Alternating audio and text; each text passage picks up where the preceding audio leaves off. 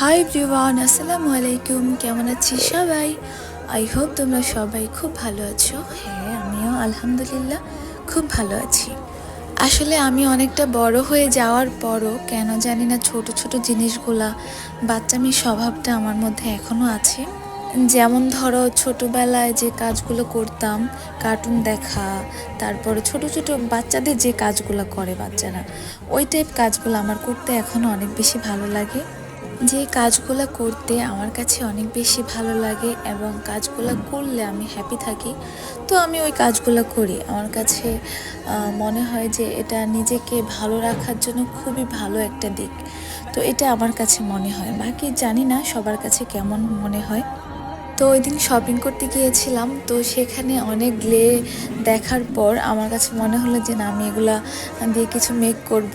আর অনেক ভিডিওস দেখি অনেক সুন্দর সুন্দর জিনিসপত্র মেক করে মানুষ। তো আমি ভাবলাম যে আমি নিয়ে নেই, বাসায় গিয়ে দেখব কি মেক করা যায়। তো যেই ভাবা সেই কাজ, বাসায় নিয়ে আসলাম। অ্যান্ড বাসায় নিয়ে এসে এগুলাকে দেখতেই পাচ্ছ, আমি খুব ছোট ছোট অনেকগুলা মানুষ বানিয়েছি, অনেকগুলা পুতুল বেক করেছি, ফ্যামিলি মেক করেছি। তো আমার কাছে খুবই ভালো লেগেছে, দেখতেই পাচ্ছ। আর এগুলো এত ভালো লাগে, ধরলেই এত ভালো লাগে, আসলে মনে হয় এমনিই ভালো হয়ে যায়।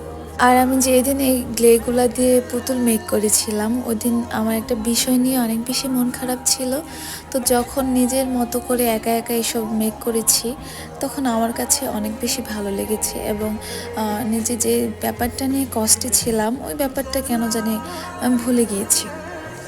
তো আমার মতো তোমরাও চাইলে নিজের ভালো লাগাগুলোকে প্রায়োরিটি দিতে পারো। দেখবে যতই মন খারাপ থাকুক, তোমাদের মন এমনি ভালো হয়ে যাবে।